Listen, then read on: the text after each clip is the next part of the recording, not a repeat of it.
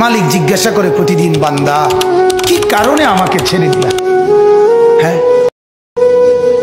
রাত 12টা বাজে তুমি ঘুমায় গেলা, মা ঘুমায় গেল, বাপ ঘুমায় গেল, বিবিও ঘুমায় গেছে, পাড়া পড়শি ঘুমায় গেছে।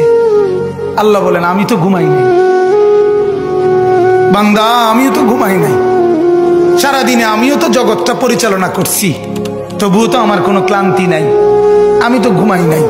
কেন ঘুমাই নাই জানো বান্দা? রাতের 2টা বাজে যদি তোমার পেশাব করতে হয়, রাতের 3টা বাজে যদি তোমার দরজা খুলতে হয়, তখন যদি তোমাকে উঠতে হয়, আর আমি যদি ঘুমায় যাই বান্দা, তোমার চোখ মেলে দিবে কি? কথাগুলো ভালো লাগলে অবশ্যই চ্যানেলটি সাবস্ক্রাইব করে পাশে থাকবেন। এই বাপ, চোখ মেলে দিবে কি?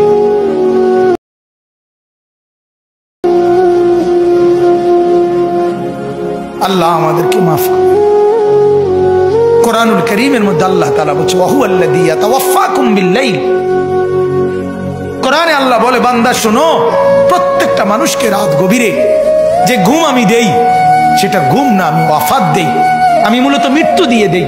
আবার আমি দয়া করে একটা নির্দিষ্ট সময় পরে চূড়ান্ত মৃত্যু দেব বলে আমি আবার সেই হায়াত সকালবেলা যখন জাগতে শুরু হয় তখন আমি ফিরাই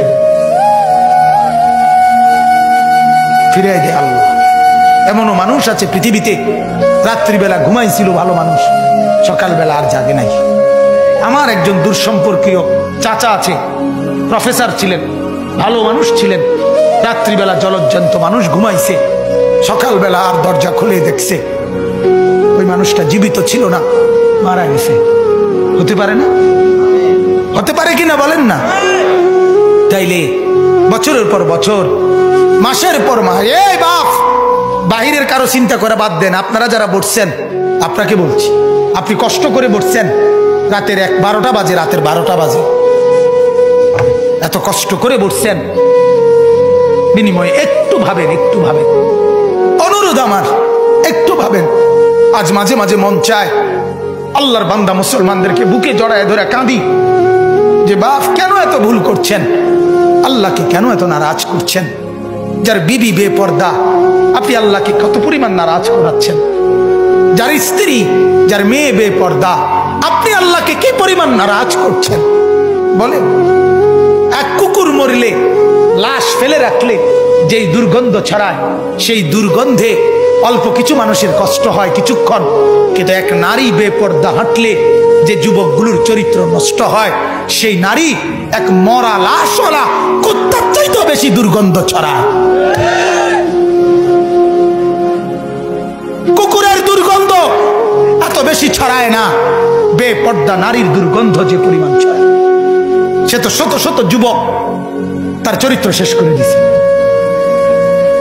এই সিনেমার নায়িকা নর্তকীরা উলঙ্গ আর ছবি আর বিবস্ত্র ছবি আর নাচ গানের এই ফুর্তি দেখিয়ে এরা হাজারো যুবকের চরিত্র গঠন করে না নষ্ট করে? কথা বলেন না কেন? এজন্য আমার শায়েখ আল্লামা মুফতি মুশতাকুন নবী সাহেব বলে, হাজারো মানুষের জীবন নষ্ট করে যে, এজন্য তার জীবনে কখনো সুখ ধরা দেয় না। এজন্য এই পৃথিবীর জরিফ এটা, আপনি জরিফ চালায়া দেখেন, যত সিনেমার নায়ক নায়িকা, এদের জীবনের মতো দুঃখী জীবন, ব্যক্তি জীবনের মতো কষ্টের জীবন আর কারো নাই। আপনি খবর লাগান, আপনি খবর লাগান, এদের মতো লাঞ্ছনা। কারণ হাজারো যুবককে নষ্ট করছে এই হাসি দিয়া, অথচ এই হাসিটার মূলত আসল হাসি না। এই হাসি যদি ল্যাবে অথবা ডায়াগনস্টিক সেন্টারে পরীক্ষা করায়, প্রত্যেকটা হাসির মধ্যে ফরমালিন পাওয়া যাবে। কি পাওয়া যাবে? ফরমালিন, ফরমালিন, ফরমালিন পাওয়া যাবে। এগুলা হাসি না, এগুলা ধোকা। ঠিক কিনা বলেন না? এগুলা ধোকা। আল্লাহ আমাদেরকে বুঝার তৌফিক দান করুক।